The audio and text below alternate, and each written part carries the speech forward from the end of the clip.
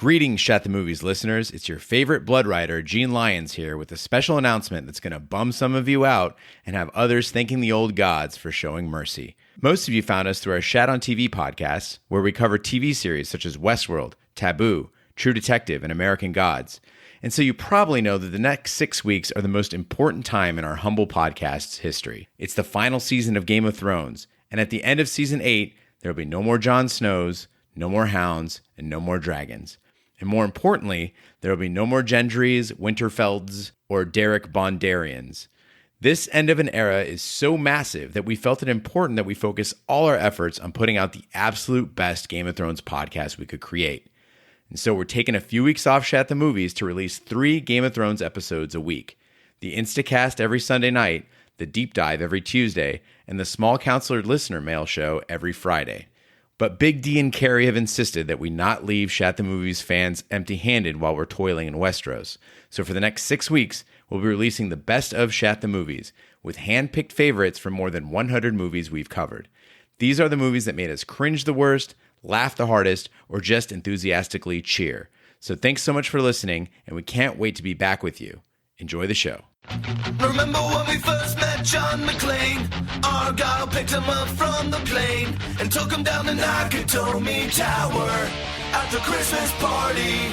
And the terrorists were overzealous, but it was sweet when they killed Ellis. And with a little help from Alan, John McClane kicked ass. Welcome back to Shat the Movies, the podcast where we answer the question, were the movies we loved when growing up really that good? Have you ever caught yourself thinking, why don't they make movies like they used to? Can you still remember spending your Friday night searching for the perfect movie rental at Blockbuster Video? Do you even remember what Blockbuster Video was? If you answered yes, and this is the podcast for you, I am one of your 3 hosts, Roger Roper, and alongside me are my 2 co-hosts, Big D, Dick Ebert. Good evening. And Gene Predator Lyons. You can't see the eyes of the demon until he come calling.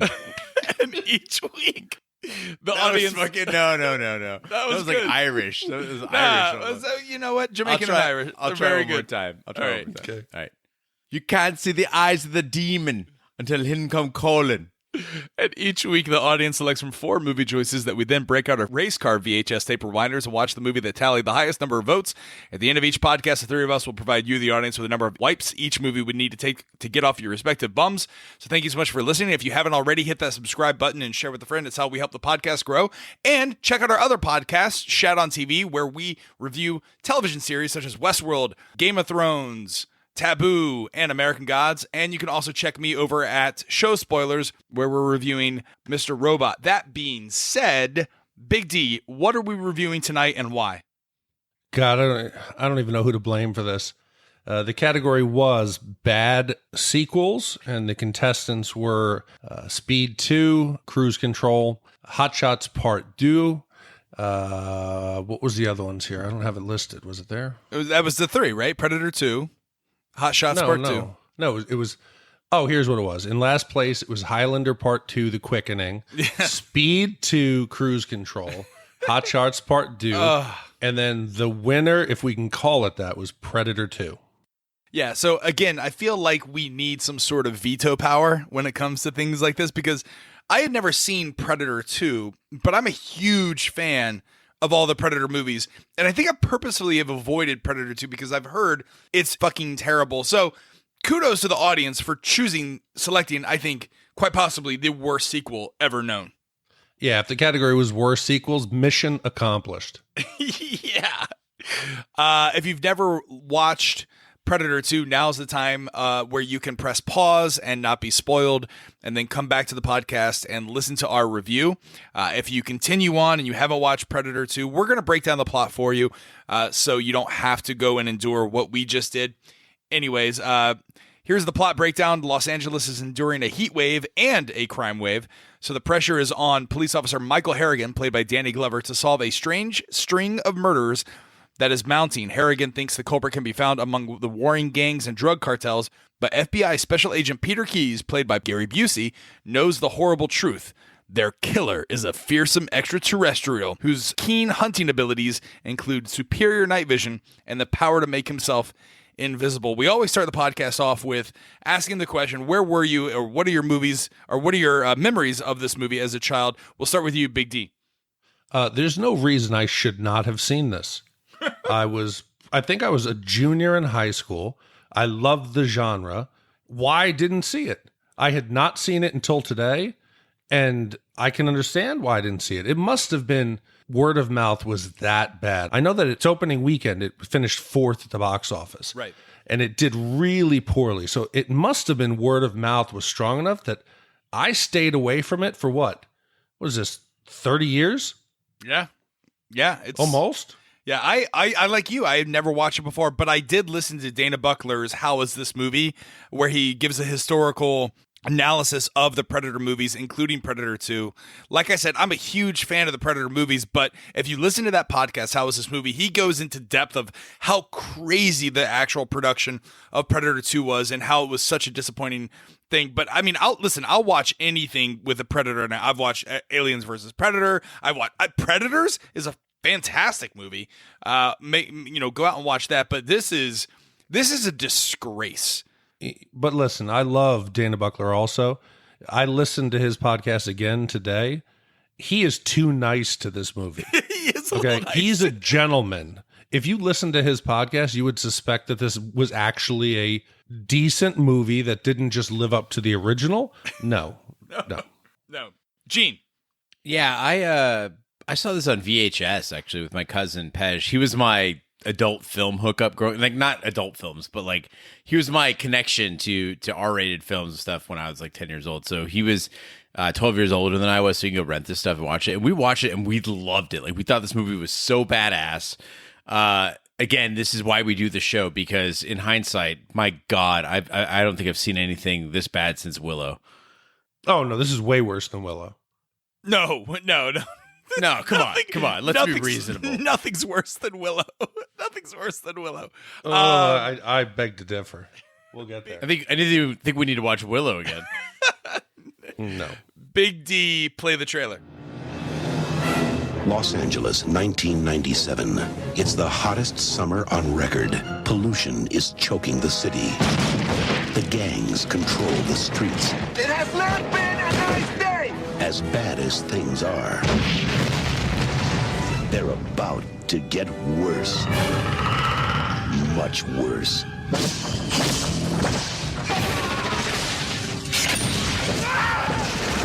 Whoever killed him is gonna pay. I'm gonna finish it. It has almost no weight. But it cuts like steel. Incredible. Whoever did this took out 4 men armed with machine guns by hand. You don't know what you're dealing with. Otherworld life forms, drawn by heat and conflict. He's on safari. Lions, tigers, the bears. Oh my.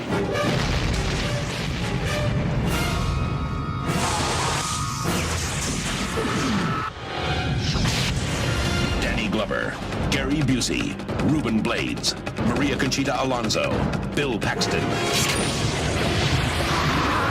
Predator 2. He's in town with a few days to kill this Thanksgiving. In 1997, Los Angeles is suffering from both a heat wave and a turf war between heavily armed Colombian and Jamaican drug cartels. A predator watches a shootout between the policemen and Colombians, observing as Lieutenant Michael R. Harrigan charges through the firefight to rescue 2 wounded officers and drive the Colombians back into their hideout. So when the movie opens, there's that quick flash that says Los Angeles, 1997, to let you know it's 10 years after the first and 7 years in the future from when the movie was released. I must have looked away for the split second that came on screen. So I was convinced that this was like Bogota, Colombia, and I was watching Narcos. This did not resemble LA. The battle scenes, I was like, where are we? I was completely lost. Well, it's not only that, it's like the action scenes were something out of like a bad 90s television series. Oh my God, it was absolutely every worst 90s action cliche. You had super slow-mos and tons of them. We had every car that would explode would also flip and rotate. And then Danny Glover, I'm just going to call him Danny Glover. I don't even remember what his name was. Harrigan. Okay. Harrigan decides it's a bright idea, while he's being shot at by about 10 guys with automatic weapons, to rip the door off of his car and then lean out of the car so he's completely exposed and drive straight at the men with the automatic weapons. It doesn't seem like this is a bright idea. Well, at what point does he barricade the other side of the car with bulletproof vests? No, but he only puts them over the windows. The doors are still thin pieces of metal. It would have ripped right through the car. I can't believe we've gone this long without talking about the fact that there are journalists everywhere in this movie. You have a war zone going on, and like every time anybody gets killed, anytime a gun is fired, 6 journalists are just there. They're out in the open, just full TV crews. Like they're definitely Hopkins is trying to make Hopkins, is that right? The director definitely trying to make a statement here, something about journalists. Well, okay, so you went to journalism school at Arizona State University. You went to the Cronkite School, which is one of it's top 5 journalism school in the world. What was their stance on, like, did the professors ever teach you what to do in a situation like this if you're doing like an on-site segment in a firefight? Dude, I don't care what a professor taught me. I'm not going into a firefight. Like, that's just like the thing is that police clearly do not have control of the situation at all. What the hell are you doing out there? And then of course the movie has to take a stab at like making reporters look ridiculous for wanting access to, because that's what movies do. Well, it's not just that there's other local stations out there, but then there's this one, what is it, like, I guess it's a play on what was the 90s television series, A Current Affair, and but then in this movie it's hardcore reporting. It was like the Alex Jones of 1990s. You see, this is where my old age will come in handy for you two young guys. That was Morton Downey Jr. He actually had an 80s and I think into the 90s television show where it was like, God, what was his name? The guy who had all the guests would come out and the ones who would come out and start beating each other. Oh, Jerry Springer. Jerry Springer. So he was kind of the early Jerry Springer. He would do a television show where he would always get guests out. Like he would have the Nazis out, and then he would also bring, here's a bunch of Jewish Americans. Let's get them on the same stage. And people would fight. He would chain smoke. He was an angry dude. So having him in the movie, it was supposed to give it that touch of reality, because this was a real, if you want to call him a television star. Yeah, if you want to talk about other like 90s tropes that happened in the first like 5 minutes of this, the thermal vision, I get that the infrared vision is like a Predator signature, man, but this is like a really big 90s thing. And I couldn't help, as he's scanning the city, as the Predator scanning, I just couldn't help but think, like, why the hell would you want to go on a hunting trip to LA? Like, it seems like an abysmal place. But also, do they not understand how thermal imaging works? Okay, it shows heat. You're showing the LA skyline. Right. It's 122 degrees. 109 to be fair. How hot do you think the asphalt was? Do you think that's hotter than a human body? Yeah. How hot were the rooftops? But in this thermal imaging, the only thing that shows up is body heat until you're shot. The second you're shot, you turn blue. You're no longer red. The problem with bad sequels is they focus too heavily on what made the original cool. And the original cool part of the Predator, and from what I understand, I think I remember Dana talking about this, they had to use thermal imaging out of necessity because the Predator like costume would never work, right? Or it looked kind of shitty, so they had to use thermal imaging, if I'm not mistaken. I could be completely fucking wrong on this, but like I don't remember the original Predator movie using thermal imaging to the point to where it became annoying. And that was like, just as you said, throughout the entire movie, especially in the beginning, it's just nothing but thermal imaging. Yeah, beyond that, it's nothing but people failing, again, like in Rambo, First Blood Part 2, failing to aim down the sights of any weapon. Everything is being waved around wildly. It's just like spray and pay all over the damn place. And I don't understand also where the hell these Colombians got these weapons, because they've got an insane arsenal. But like you mentioned the thermal imaging. If they just did the thermal imaging, I would have been okay. But they went back to every single beat in the first movie that worked. So we got tons of thermal imaging. Then we've got the Predator voice sampling people right off the bat. People are talking and he knows who to voice sample. Of course, you got to hang the naked bodies. Then we get, of course, there has to be a female-speaking survivor who people can understand what's going on. Right. And then they use almost the exact score. Right. Well, there's also, just like in the first movie, there's a civilian on the side yelling, "My tamale maker!" Yeah, it seemed a lot stranger in the original Predator, but in this one it made a lot more sense. It was almost visionary. Exactly. One thing I do like, though, I mean, it's not all bad, and I'm going to defend this movie on certain points. The modified handguns, although completely impractical and unable to fit in any normal holster, I liked them. But I didn't understand why Harrigan had so many. Like he opens up this case, he's got like 12 handguns in there. I don't understand that part at all. Like why don't you just have more of an assortment of weapons? Is he DEA? Is he LAPD? What is he? Harrigan's LAPD. Yeah. Okay, is he a detective? Because he's not in uniform.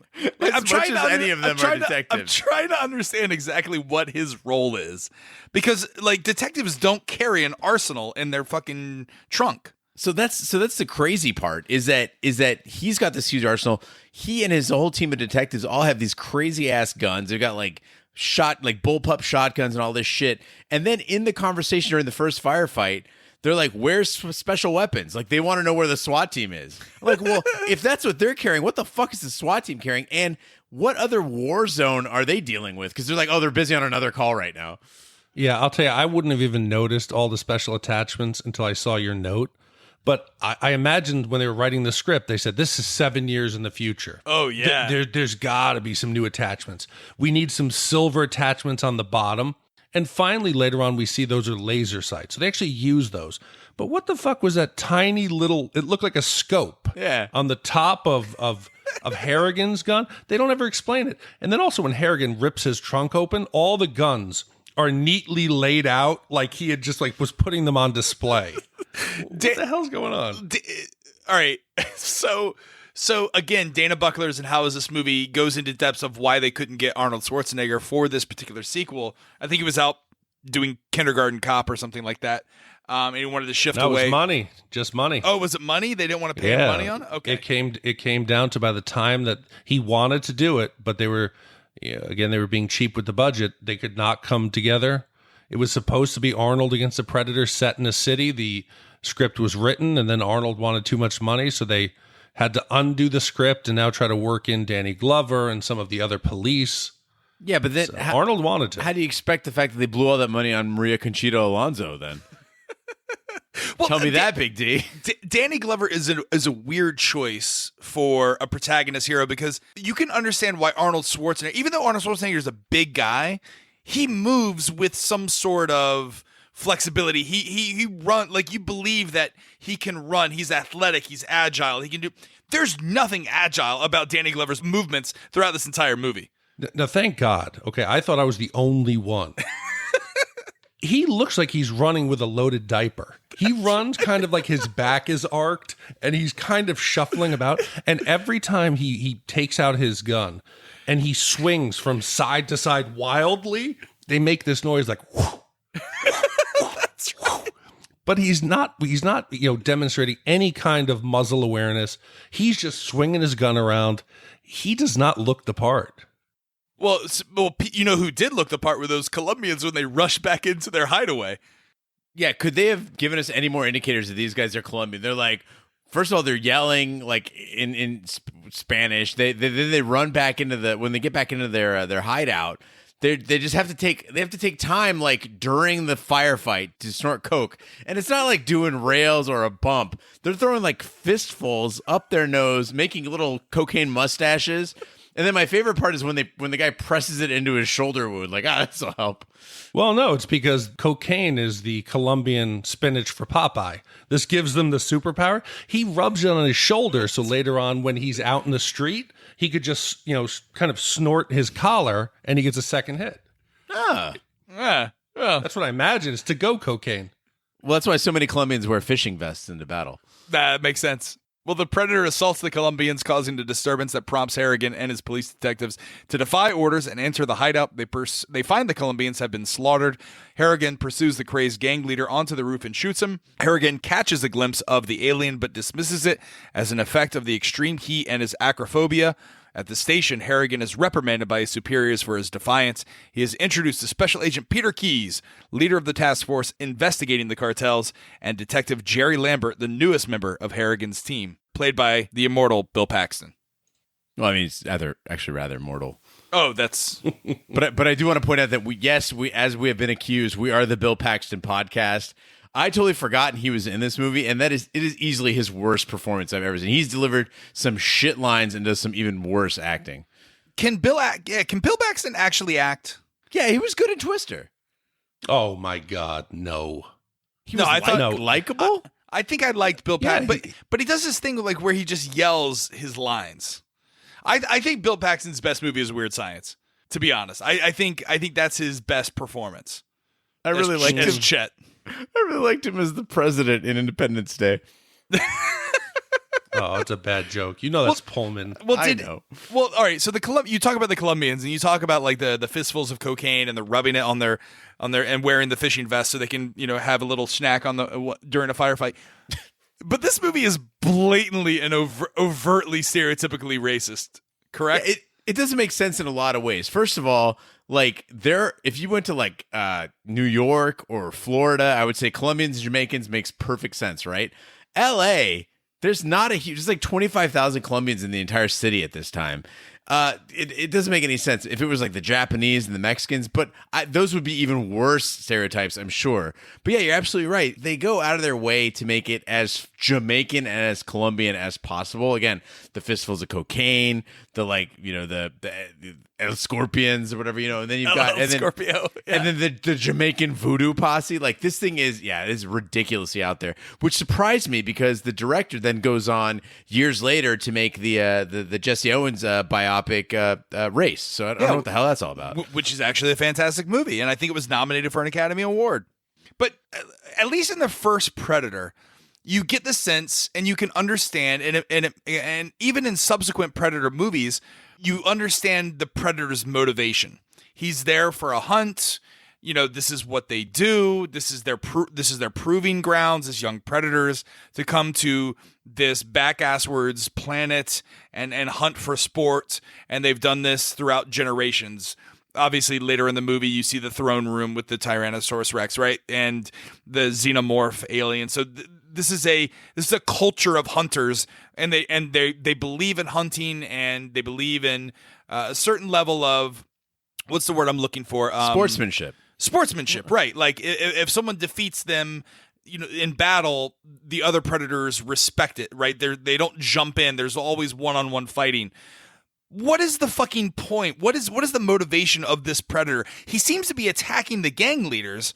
For like, why are the police getting involved at this point? So at least in the first Predator, he's going after a team of trained special operators. Right. This is the elite. This is like the equivalent of a kid with a BB gun shooting squirrels.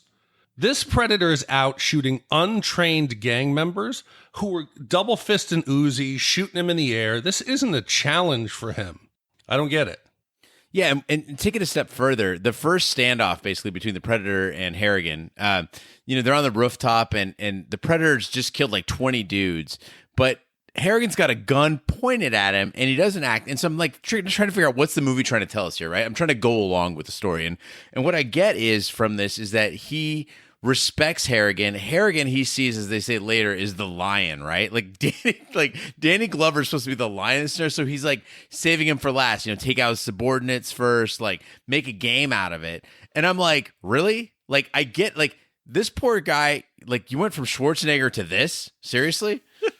Well, I think they can sense fear because there's this whole subplot about Harrigan being afraid of heights that really never pays off. Like he's at the edge and he needs to be pulled back by, is it Ruben Blades has to pull him back? Ruben Blades, yeah. Has to pull him back. But I've seen enough backyard wrestling videos to know that a fold-out picnic table won't take a dude falling off of a ladder, let alone being thrown off of like a 15-story building. He hits that catering table. Table doesn't break. He just lands flat on the table. Come on. Well, forget backyard wrestling videos. You go to any Buffalo Bills tailgate, you'll see the exact same thing.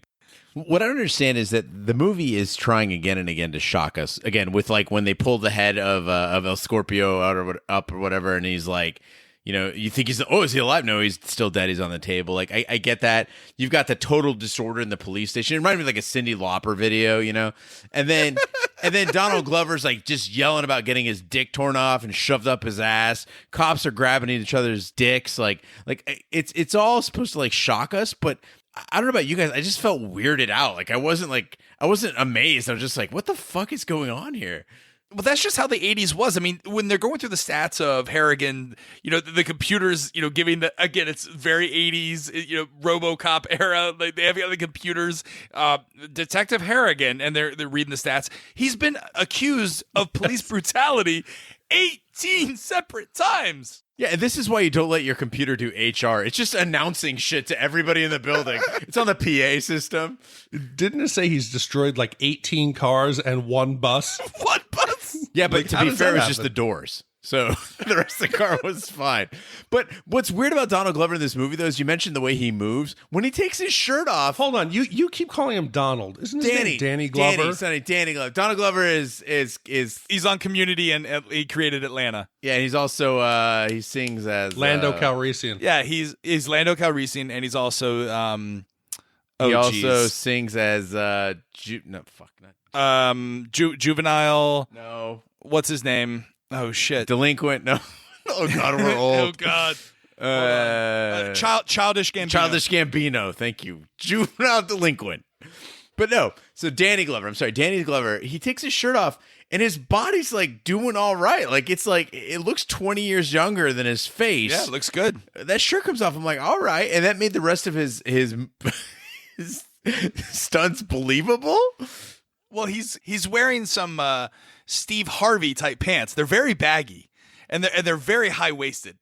No, I felt like he was in Men in Black, when the character's being controlled by the little bug in his head. Like his locomotion doesn't look quite right. He looks, if you could see me doing it, it's kind of like, you know, the arms are swinging out of pace with the legs. It's like Freddy Krueger when he's chasing Nancy in her dream. He's got his large broomstick hands out.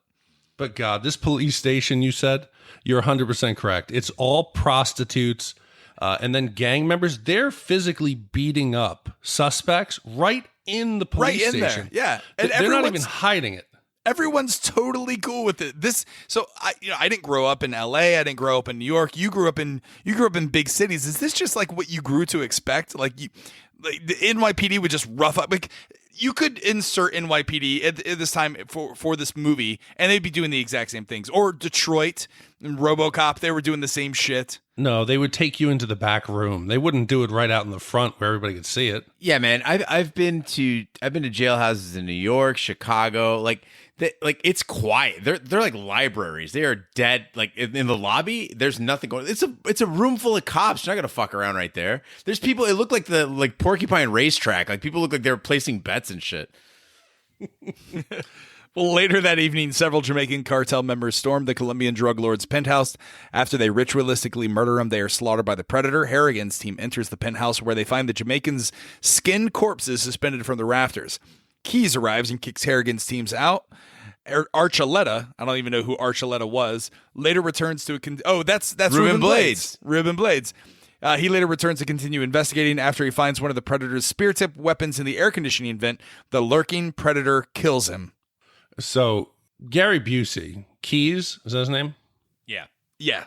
Okay, Keyes' goal here, first, is to capture a Predator, and two, to hide the fact that an alien is running around the city killing people, right? Right. He does possibly the worst job of covering up this crime scene. There's bloody, like, paw animal prints all over the wall, and then he somehow lets Morton Downey Jr. into the crime scene, videotape the crime scene, chase him out, take his camera, but for some reason give it back to him. The entire video of the crime scene is on the evening news by like 8 o'clock. This is what you're focusing on, is Morton Downey Jr.'s videotaping of the thing.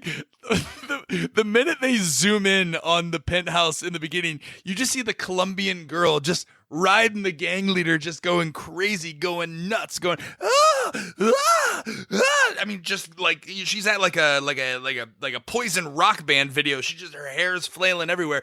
I thought to myself at that exact moment, I really need to start dating Colombians again. Seriously, I was thinking the same thing. I was like, I know that I'm on the downward slope of my sex life, and I'm like, wait a second, like, why did I never do cocaine? Because if that's what it's like, fistfuls, fuck, wearing fishing vests. Yeah, I missed the boat on that one. But you talk about how it's unbelievable with the the quote unquote DEA investigating these scenes and just screwing up the crime scene entirely. I want to talk about this Jamaican voodoo posse hit squad. Like, do they carry these relics around with them everywhere they go? Because when they set up to kill this guy, there's like candles. I think they brought in like a rooster. There's some like nice like ceramic jugs. They make a big circle. They're painting them up. Like, how the fuck are they supposed? It's a really inefficient hit squad. They're all dressed like they're out of like a Disney movie about voodoo. Like, you know what I mean? Like, they're all wearing their outfits. But the thing that really got me is I've been to Jamaica. Voodoo's not really a Jamaican thing. It's a Haitian thing. Did they not want to disturb the Haitian population? Like, were there a bunch of Haitian protests and they were like, guys, we can't use the Haitian voodoo. We got to change it. What other marginalized piece of society can we use instead? Jamaicans. Yeah, what's really weird about it is that in 1990, Steven Seagal made Marked for Death, which was also about like Jamaica. Like, I don't know if it was just in the 90s. They're like, all right, we need Jamaicans. And they're like, what do we know about Jamaicans? They're like, well, they're pretty chill. They smoke weed. They play reggae. They're like, shit, all right. Voodoo? Could we put some voodoo in there? Yeah, deal. Done. But that guy's apartment was decorated like a Mayan Incan ruin, right? Like, it was very odd. And unfortunate. And unfortunate, it's right. Well, like, if he hadn't decorated that way, they would have to bring all that shit in, too. It would have been a mess. But, like, is that what... I'm trying to think, is that why the Predator is going after the Colombian gang? Is because they're culturally appropriating the Predator's, their artifacts. And because as we've learned in Alien versus Predator, the Predators are the one who built all those pyramids. No, it's simple enough that the voodoo posse is stringing people up and taking out their hearts. The Predator's like, back up. That shit's my gig. Walking around, being about 7 feet tall with dreads. Yeah. I mean, they're basically like, look, dude, we've been doing this for a while. Like, please leave it. Yeah, they're wearing the necklaces with the teeth. It is straight up. They're like, get off my turf. It's a turf battle between the Jamaican posse and the Predators. But to answer the question as to why the Predator's here in the first place, they make it very clear, and this is one of the things I love about the Predator lore and about that entire like species is they detect where a conflict is and they go there to make it, again, to be sportsmen. So when you're talking about how this isn't a special forces unit, essentially what it is they're like, oh, there's a war going on. That's how the Predators see this thing in LA as a war, right? And that's the only time they engage. Which again, one of the cool things about Predators, they don't just go around willy nilly hurting innocent people. They go to war zones and engage in the war as like a third party. Well, no, because in the original Predator, wasn't the Predator going after villagers? It was going after... No. The villagers would tell stories of in the hottest summers. Oh, okay. They would find carcasses hung up. They went there because there was a battle. There was some kind of civil unrest between armies. So potentially, and just go with me here, guys. If they're going into war zones, if they're trying to break this shit up, could the Predators be like galactic police officers? No, I like your attempt, but no. No, what they are, it's like you said, they're good sports. So basically what they're saying is like, if we were going, hey, look, we're going to kill deer populations because they're really high and otherwise they're going to get hit by a car. That's cool, but we're not going to go out and shoot the gray wolf or a bald eagle because that's like, it's not going to happen. Or you're not, or unpatriotic. Or it's no fun to go hunting like puppies. Like, it's not cool. No, it's like me. I'm not a big hunt. I don't agree with hunting. I've never done it myself. Never. I think it's only a sport if there's a danger of you being killed as well. Agreed. So if you're hunting an animal with a 50 cal in a tree stand and you got 15 salt licks set up and video cameras at night, it's not a sport. But if you can go out there and get something like with a knife or a small bow and arrow, power to you. But I mean, isn't that exactly what you were doing when you were deployed? No, it's no. You only no. There's rules of engagement. You don't go shooting civilians. You guys don't use 50 cals and salt licks? No, salt licks, Jesus. But listen, I want to go back and ask you. Here's the real problem is those Japanese in the cove. I want to attach some laser beams on those dolphins' heads so they can fight back. And I know it's only a certain subject, but like, I feel so bad for those dolphins. Watch The Cove. It'll change your life. While we're talking about animals, I also want to point out another famous face in this movie, Animal Mother from Full Metal Jacket, Adam Baldwin, who's also Jane in Firefly. He's in this too. I mean, this movie has a great cast making a horrible movie. Like, I've seen almost all these people in decent movies. Maria Conchita Alonso in Running Man. You got Adam Baldwin in Full Metal Jacket. You know, Danny Glover in Lethal Weapon. Like, what the hell is going on here? Well, I think the big issue is the dialogue. Like, there's not a really good exposition between characters, and so they're forced to like talk to themselves at times. But also, wasn't there the FBI agent from Die Hard? When they first get out of that first battle, the lieutenant who comes over and yells at Danny Glover. Oh, yeah. He was the FBI agent from Nakatomi Plaza, who's a bit of an idiot, who, when the helicopter gets shot down, they go, oh, we're going to need another couple more FBI agents. It's that same guy. So there was a good cast. But you mentioned Bill Paxton, Raj. Was he a fit in this movie, or was he just completely shoved in there for no reason? Yeah, his character makes no sense. There's no reason for him to be around. He's supposed to be, I assume, the jokey, comic relief, new detective that is thrown into a situation that he's, completely not ready for. But you already have, like, Maria Conchita Alonso. You already have Ruben Blades. Like, you could have easily not had his character and the movie would have been fine with, like, I assume Bill Paxton just had an awesome agent at the time and is probably just a cool guy to have around on the set. But if you're reading the script and Bill Paxton gets to it, okay, here, Bill, you're going to tell a joke. The doctor wanted a stool sample, sperm sample, and some urine. I said, can't you just take my underwear? You got to know that this is just a terrible script at that point. I bet you in 1990, people in the theaters were like rolling in the aisles laughing at this. Like, this is some gold here, Oh, can't wait. Yeah, well, Harrigan vows to bring down Danny's killer, believing they are dealing with an assassin. Forensic analysis reveals Spirit Tip is not composed of any known element on the periodic table. Seeking answers, Harrigan meets with Jamaican drug lord King Willie, a voodoo practitioner, in an alley. King Willie tells Harrigan that the killer is supernatural and that he should prepare himself for battle against him. Harrigan, even more puzzled, leaves before the Predator kills King Willie, taking his head as a trophy. For Harrigan's persistence, the Predator begins to mark him as his ultimate hunting challenge. Okay, so King Willie has got to be the worst gang leader, like, of all time. He's like, I'm going to take a meeting with a cop. Okay, great. In an alley. Okay, great. No bodyguards. I'm defending myself with only a sword. And, beyond that, he's just a ripoff of Screwface from the aforementioned Marked for Death. It's almost identical. He's got some makeup going on. Like, what the hell is he all about? He had like a breastplate, like an armor breastplate. I thought it was Africa. It looked like Africa. But you said that he's a terrible drug lord. He did have bodyguards. The Jamaicans who were smoking like those giant joints, they drop him off. You want ganja, man? Yeah. Do you want some ganja, man? They leave the drug kingpin in an alley with a cop. For some reason, they leave. Your kingpin gets beheaded. The cop survives. Nobody immediately says, hey, the whole voodoo posse is going after to kill Danny Glover? Yeah, well, again, King Willie, you think he'd have his bodyguards around him when the Predator arrives. Every other movie that has a big gang leader always has a posse, people who protect him. When the Predator arrives, it's just King Willie, and he doesn't pull out a gun or anything. He's got his fucking little sword. Well, beyond that, you talk about the writing in this movie. They basically made him say every Jamaican thing they could think of. He's like, Babylon, policeman, Jara. Like, it's like, dude, like, okay, we get it. You're Jamaican. I expected like a Colombian to fly through again with like a bag of like cocaine and sprinkle him like it's pixie dust or something. Yeah, and King Willie can't.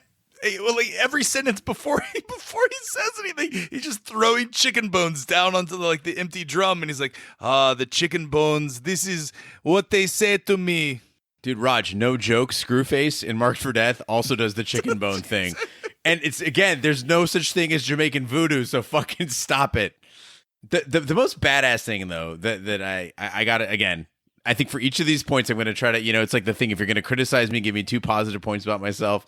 Harrigan clapping in Gary Busey's face, right? When Danny Glover does that, where he like tells him off and then he just clap. I found a GIF of it. It's fucking amazing. And this is you can't go around slapping people, but why do we not do this? Why do we not like tell somebody off and then clap in their face? It's amazing. It's an amazing move. Yeah. If you haven't seen this movie in a while, you can actually just go on YouTube and just find the clap or well, don't Google the clap, but you know what I mean.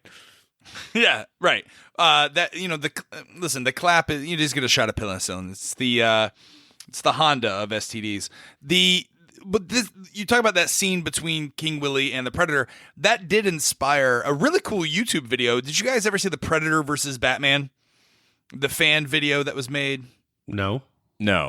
It's pretty good. But it follows around the same alley. The Predator arrives. I don't know. This is if you're ever wondering what the difference between Big D and Raj and I is that Raj will go and watch videos of the Predator versus Batman in an alley, and Big D and I are off like doing anything but. No, this was a fan-made film, remember. It was a fan-made film. It's really good, though. All right, well, tracing a lead indicating Danny's killer had recently been in a slaughterhouse, Harrigan arranges to meet his team at a warehouse district to investigate. Cantrell and Lambert take the subway to rendezvous with the Predator. Hunting Harrigan's subordinates suddenly attacks during a standoff between a gang and a group of vigilantes. The Predator kills the gang and multiple vigilantes. Lambert faces off against the Predator and is killed. Cantrell is spared after the Predator's scan of her body reveals she is pregnant. So normally I wouldn't read anybody else's notes, and normally, but I've just never seen, this is unprecedented in this entire podcast. We've done, like 80-something movies or some shit? Yeah. Raj just wrote, "What is this movie?" I don't fucking get it. First of all, why are the police taking the fucking subway? Why is anyone taking the fucking subway in the early 90s or 97 in Los Angeles? No one takes the fucking subway.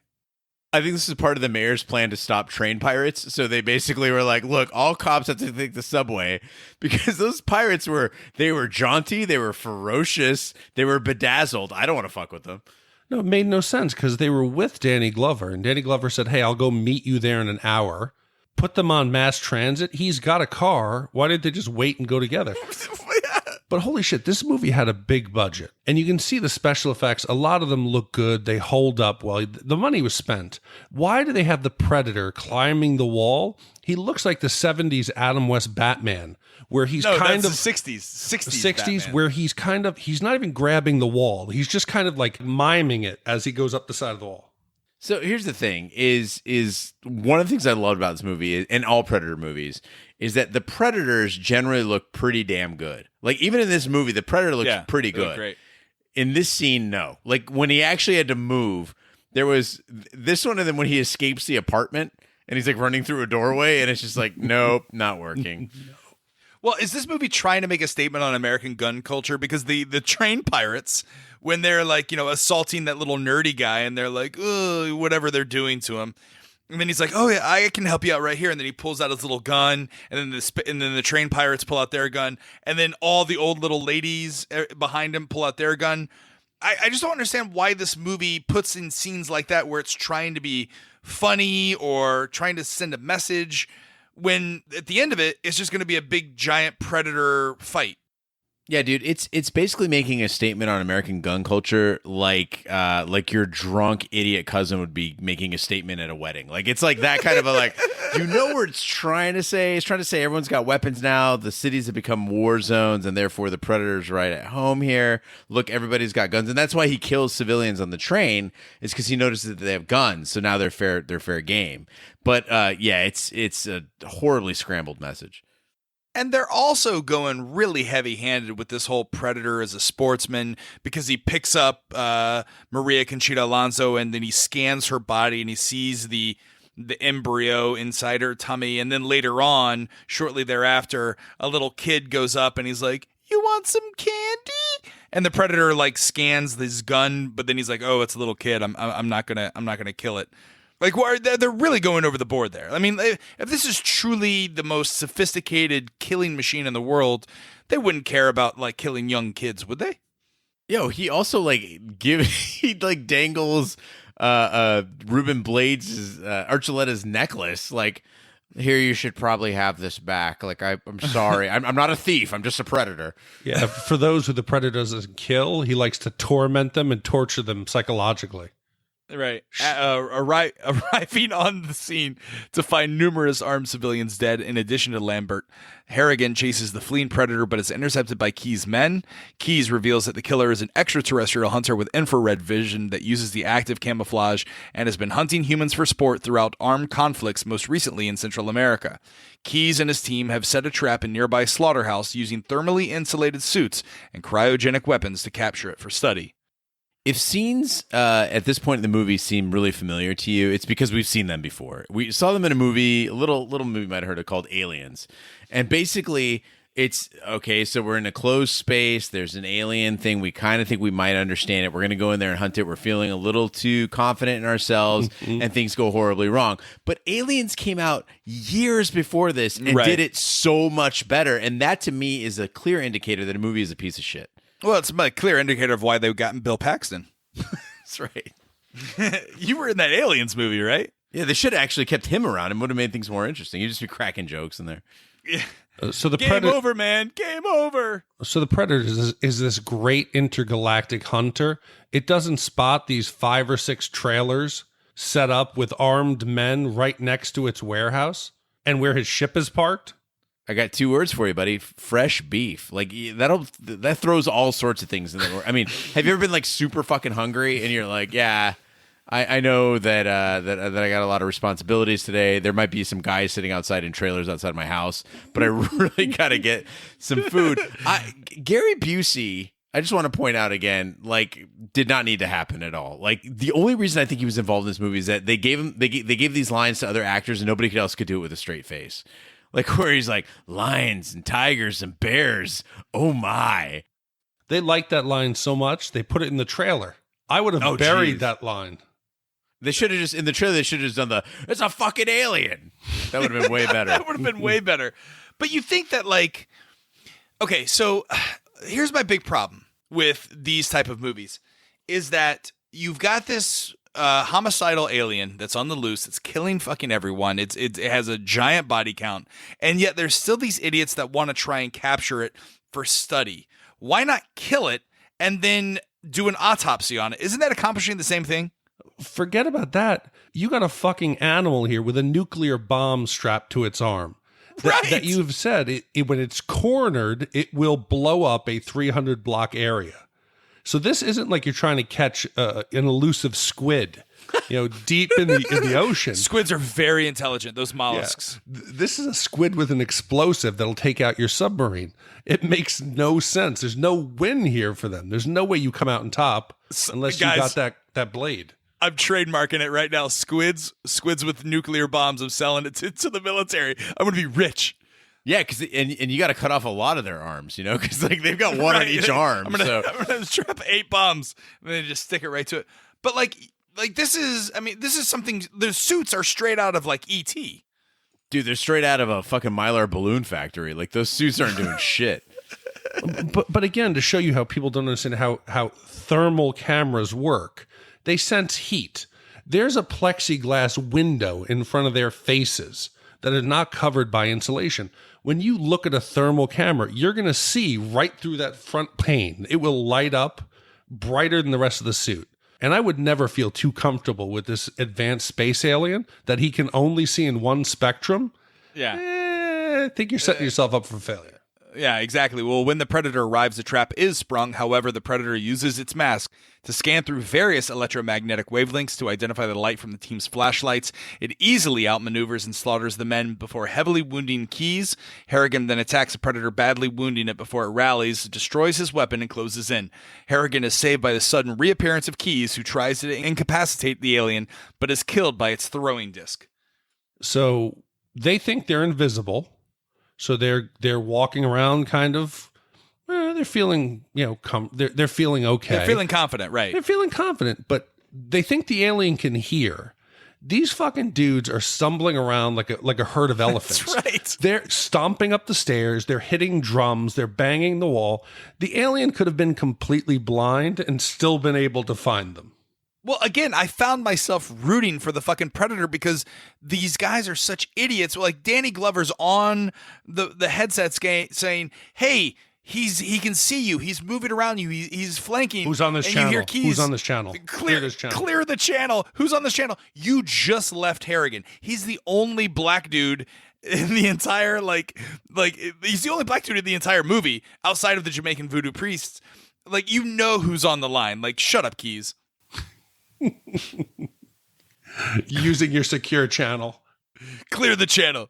So one of the, I guess, scenes of this movie that I totally forgotten about was when Donald Glover has to escape the Danny Glover. Damn it! That's why I forgot it. No. So when Danny Glover has to escape from the trailer, which, you know, it's got like armed feds, but somehow he gets his way out of there because he's tricky like that. He chokes a guy to get out of there, and it's like the gentlest choke. It was like a love choke.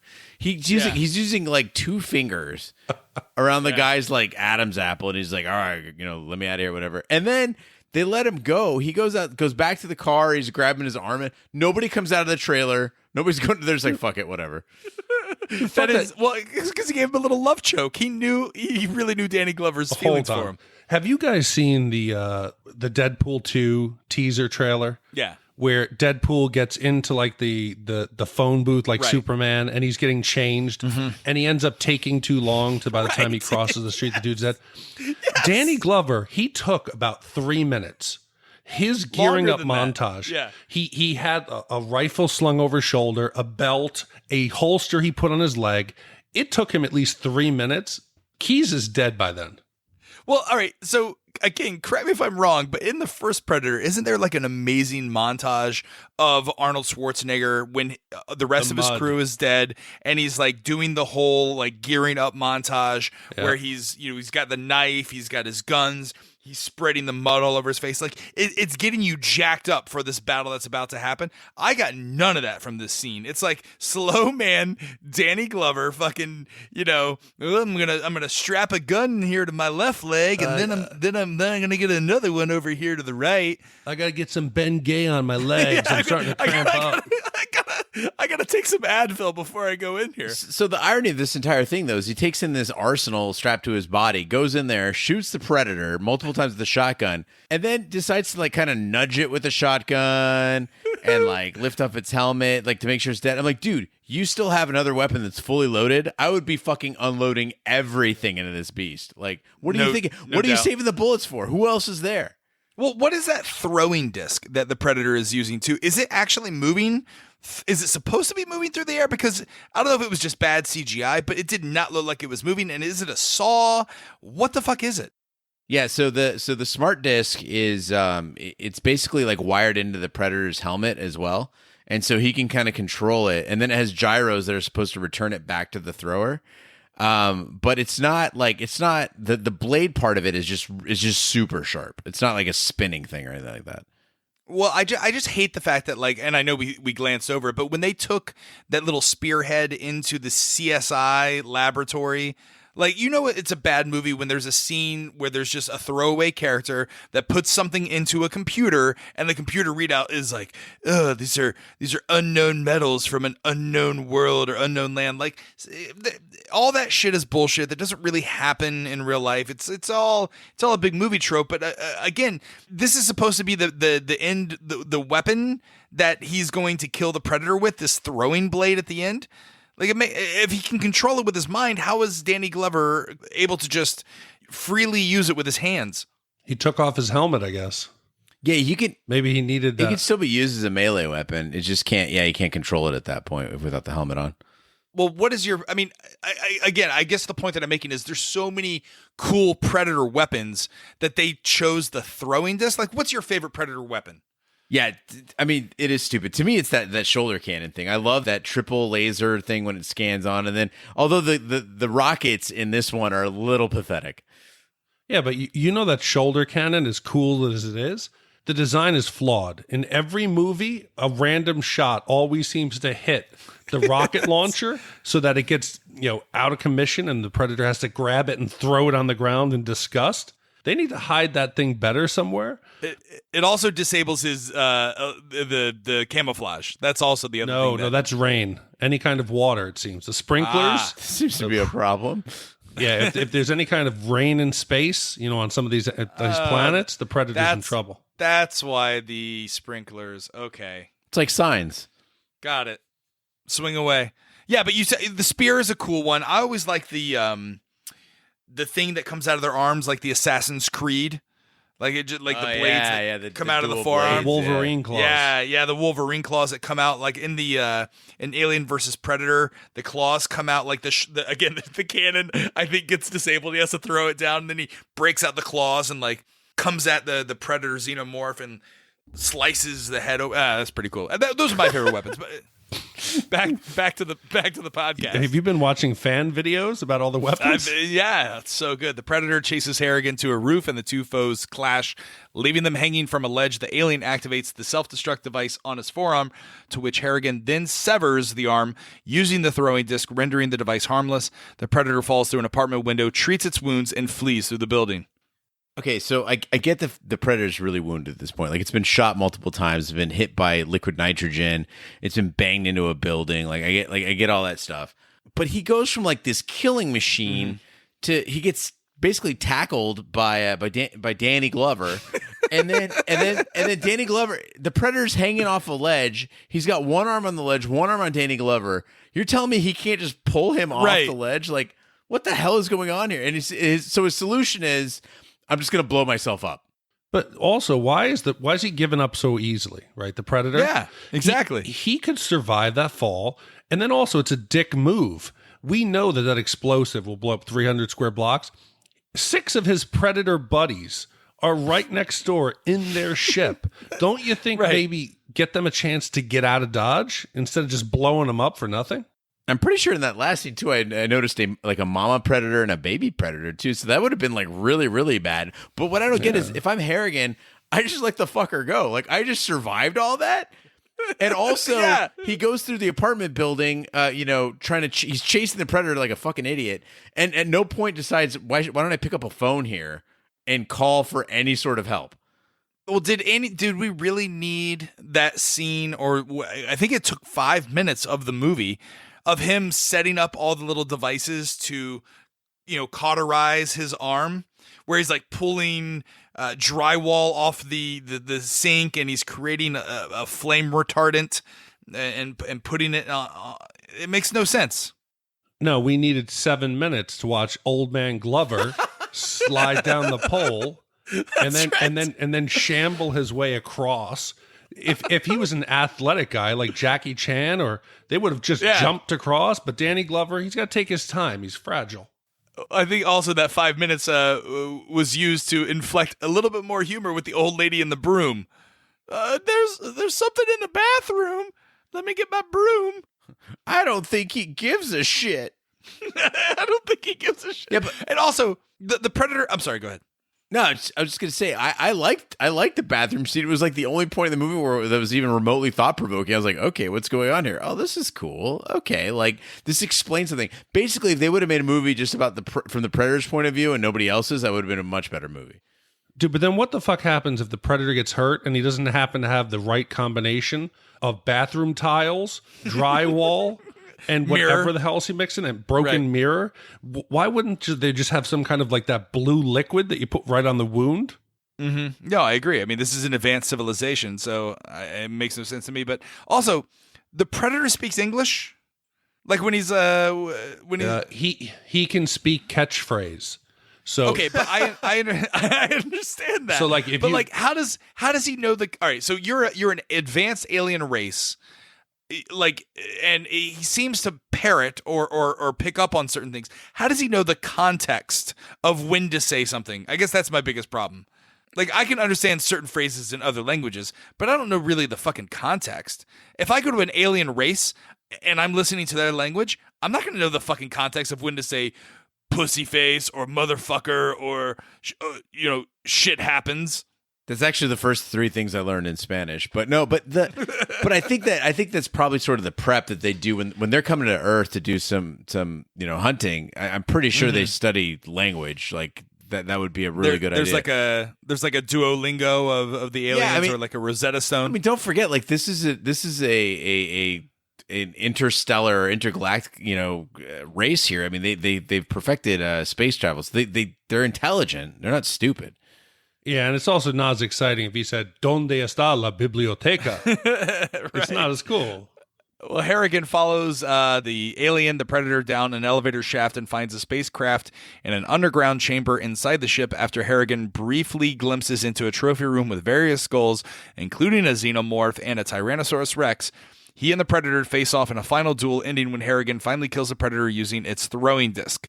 Several other Predators suddenly appear, collecting their dead comrade, and one of them presents Harrigan with an antique flintlock pistol as a trophy. Harrigan escapes from the ship as it takes off. He reaches the surface just as the remainder of Keyes' team arrive. As Keyes' subordinate Garber curses their lost opportunity to capture the alien, Harrigan privately muses that the creatures will return. Okay, so in case we didn't pick up on all the other callbacks, right? The repetitive notes that they've hit, we have to throw in again for just the kicker. Mm-hmm. You're one ugly, and then the alien fills in motherfucker. Right. Parroting the line from the original. Is there some kind of hive mind, or did the writers just think we were idiots and we needed to hear it? Yeah, I thought to myself, I was like, wait a minute, did the original, like, is this the Predator from the first movie? No, they said blatantly in this movie, the first Predator died, so how would he know to say motherfucker? Again, that goes to my point, like, that makes no fucking sense. Is it a hive mind or something like that? But also, like, were the other Predators just watching this fight go on and, like, not doing anything to, like, help out their guy? Yeah, I mean, it was his thing, man. Like, it was his hunt. So they were just kind of chilling, I think, in the shadows there, in the fog, just hanging out. I don't know why they weren't out doing their own hunts. Like, everyone just hangs out on the ship. They only go out one at a time. I'm not sure. But the trophy room was cool, and I think it did set up the rumors that they were going to make a Alien versus Predator, and I think the comic book started shortly thereafter of... No, the other way around. Predator, right? The comic the other way books, around? Okay. Yeah, the comic book was done a few years before. 20th Century Fox had gotten the licenses for both of the characters, and they did a 3-part comic book, and they decided to throw it in here with the idea of doing the Alien vs. Predator. But after this movie bombed at the box office is why they had to wait so long, because Alien 3 got stuck in production hell, going through director after director. So yeah, the trophy room looked great. I got the human skull, that little montage of the alien cleaning it and polishing it. Yeah. I don't understand why. He killed about 50 people, ripped the skulls, the spines out.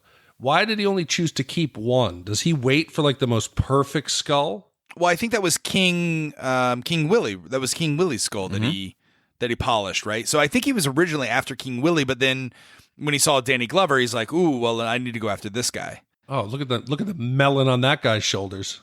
I gotta go after that. Thing's gigantic. But like you said, there's throwbacks like the motherfucker, and then also Danny Glover when he walks out and he's all covered in suit. That's another throwback to when Arnold's covered in mud. But and again, I understand the trophy hunters and whatnot. But what was the meaning behind the flintlock pistol? What was the name? Why did it have any kind of particular meaning to Danny Glover? So glad you asked, Raj. So the name on it was Raphael Adolini, 1715.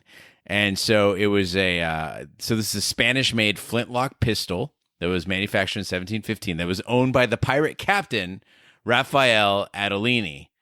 And Adolini was killed in a rebellion on his ship, and before he died, he gave the pistol to Greyback, who is the Predator elder who gives it to Harrigan.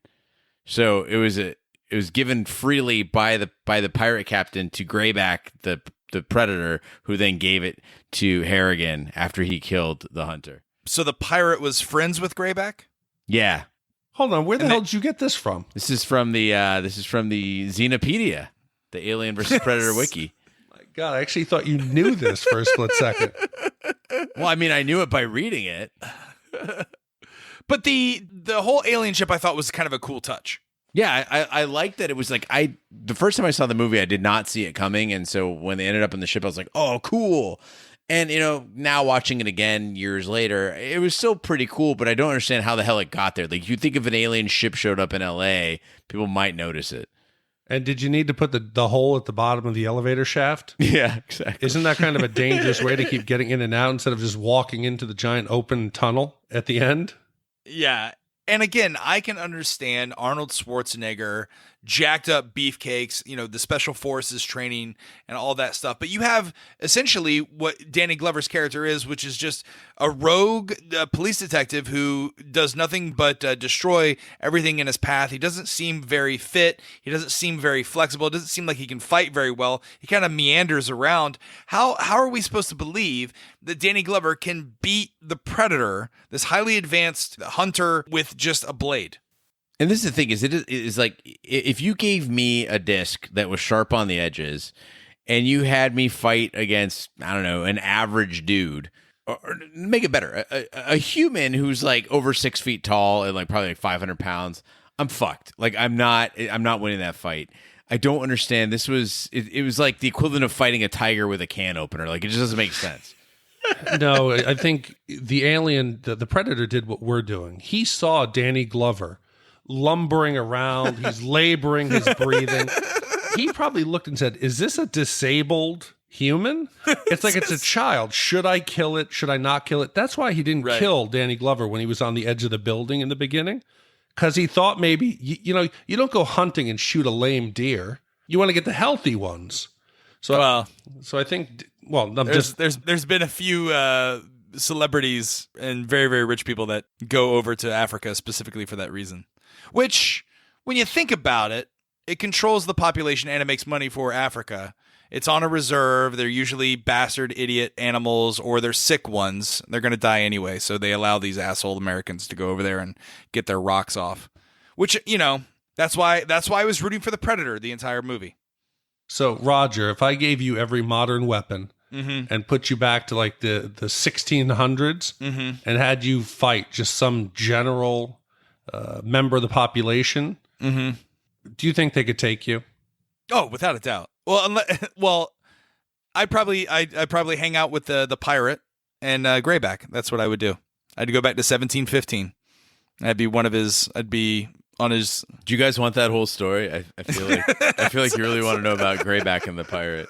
I kind of do. Is there a comic book I can download? No, but I'll give you the breakdown real quick. So basically, the pirate he put down anchor, and his crew decided to mutiny because there was this gold that was rumored that they wanted, and so they mutinied against him. So as he was fighting with the mutineers, Greyback noticed the fight going on and was like, "Oh shit, there's a fight going on. I'm a predator. I better get in on that." So he fought back to back with Adelini until they'd killed everybody else except for the two of them, and they were about to fight each other when a hidden member of the crew shot Adelini.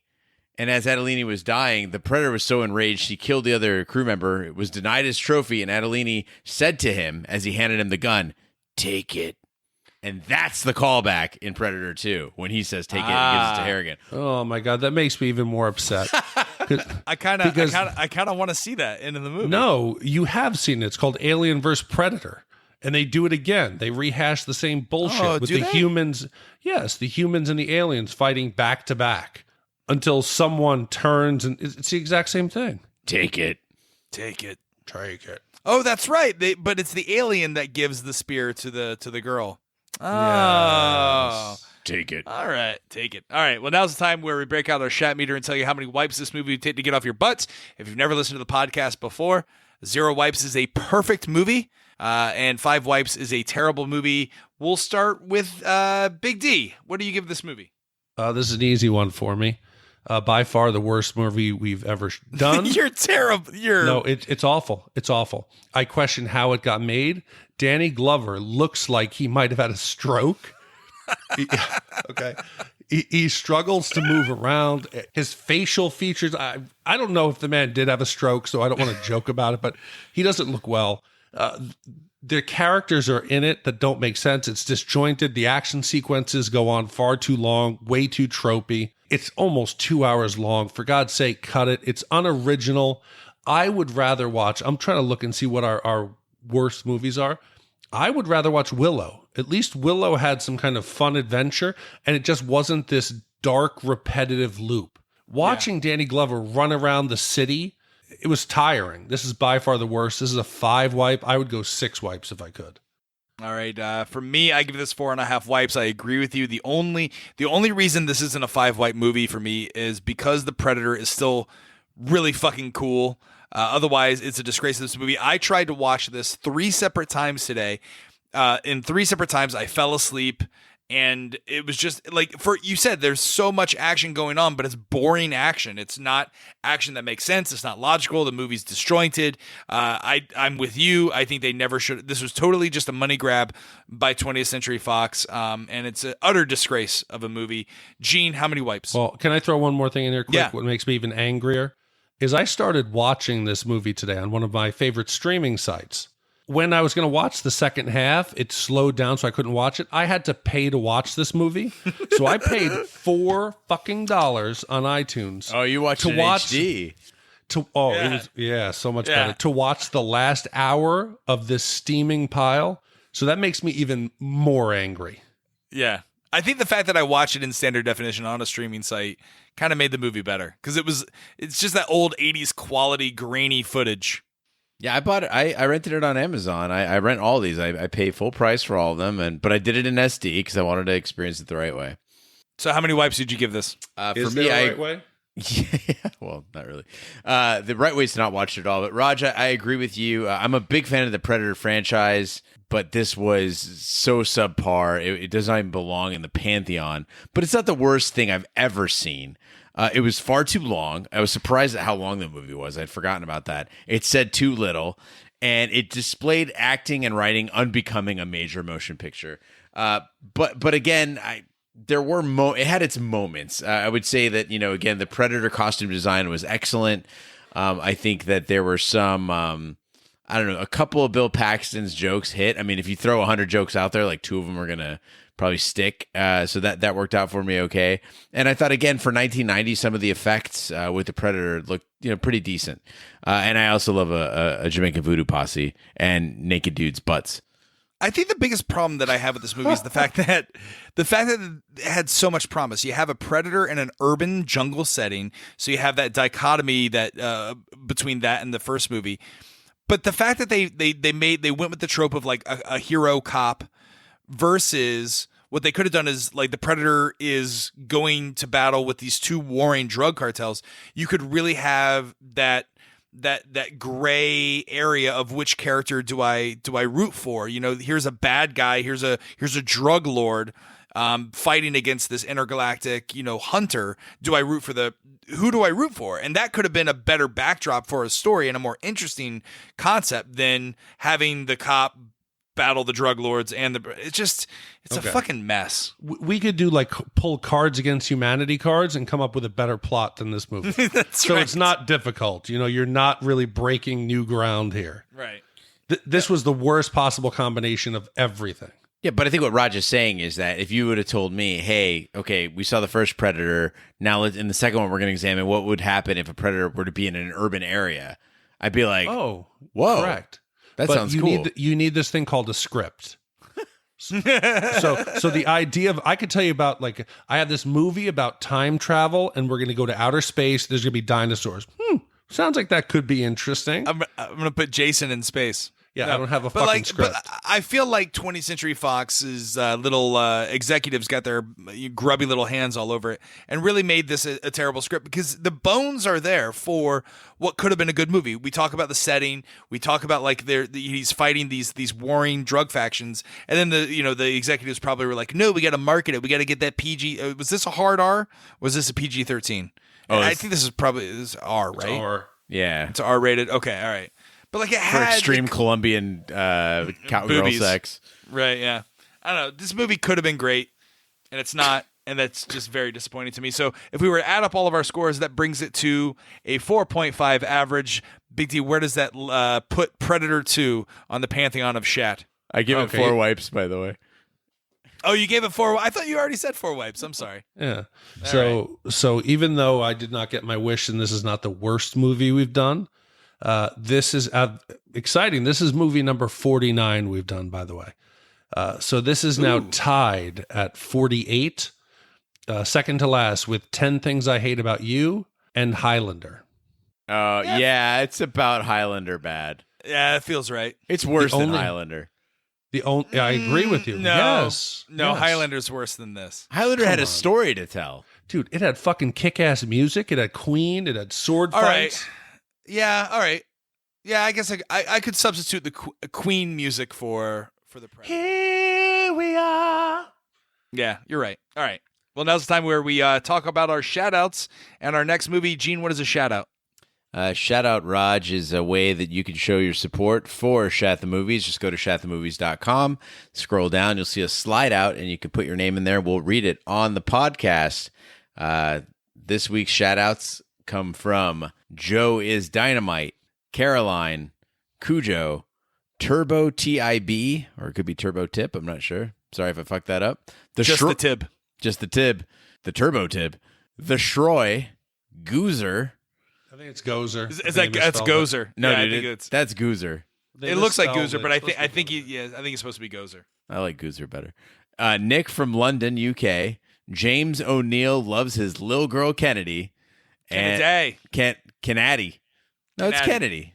That's how the kids are spelling it now. Are they? Yeah. And Derek. Fucking millennials. Good old Derek. So thanks everyone for doing your shout outs. If you'd like to hear your name on the podcast, just go to shatthemovies.com. Put your name in the shout-outs box, and we will read it for you next week. Big T, what's the next movie we're doing? Well, so here's a question for you guys. Would we be able to record Sunday? Yeah, I can. I can do Sunday. Okay, that's because I'm going to Brazil on Monday. Brazil.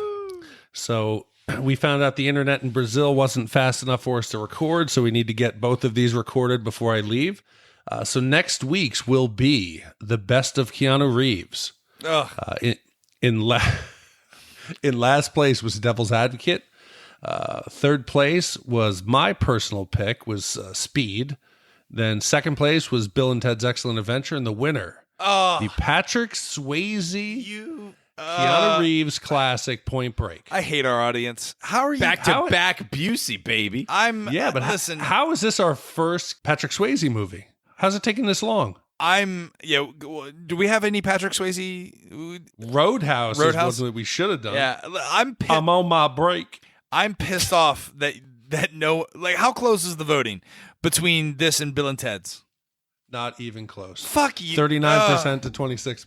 God, our audience hates me. Bill and Ted's is a far superior movie than Point Break. How do they hate you? They picked Poltergeist. They were right. Poltergeist We're living in a real world Mystery Science Theater. That's what it is that they're just like, oh, how can we fuck them this time? and that's what they do. Yeah. And it's just gonna get worse until one of us kills himself. Well, that concludes this week's episode of Shat the Movies. Be sure to follow us on social media and share with a friend. We're everywhere, including Twitter, Snapchat, and Instagram. Just follow @Shat the Movies. We're also on Facebook. Just search for Shat the Movies Podcast. Our website, once again, is shatthemovies.com, where you can vote on our upcoming movies until one of us dies. Our email address is host@shatthemovies.com. You can suggest categories and movies. We're everywhere fine podcasts can be found, including iTunes, Google Play, Stitcher, and YouTube. Be sure to subscribe. And if you stop by iTunes, please be sure to leave a 5-star review. That really helps the podcast grow. You can also check out our sister podcasts, Shout on TV, where we review television series such as Westworld, Taboo, American Gods, and Game of Thrones. You can find all the information there on that website, shoutontv.com. You can also check out me over at Show Spoilers, where we're reviewing Mr. Robot. You can find that information at realspoilers.com or on Twitter at All the Spoilers. On behalf of my co-host, Big D, and Gene Predator Lyons, I'm Roger Roper. Be sure to join us next week for our, what are we doing? Bill and Ted's Excellent Adventure? Point Break, 1991. Point Break. Ugh. Thanks so much for listening. Take care. Good night and good luck. But it was sweet when they killed Ellis. And with a little help from Alan, John McClane kicked ass. We're gonna die. I thought it was before. No, this was after his accident. Okay. Come and get it. El Scorpio is ready. So how does your theory hold up now that you know he was already brain damaged at this point? So wait a minute. The Point Break was after this movie. Yeah. So. Yeah. All right. All right, what am I doing for my quote? I can't decide. Do I want to do okay, pussy face? It's your move. Want some candy? Or should I do? You can't see the eyes of the demon until him come calling. I like that one. That has my vote. You have to do it in that voice, though. Yeah, You can't see the eyes of the demon until him come calling. I love that one. That's more of a Schwarzenegger there. I did. You did it better. How'd you do it, Raj? You can't see the eyes of the demon until him come calling. You can't see the eyes of the demon until him come calling. Until him come calling. Until him come calling. I guess that's it. That's it. You can't see the eyes of the demon until him come calling. Calling. Calling. We are recording. Eventually, my Jamaican accent turns into Borat, just like everything else. Yeah.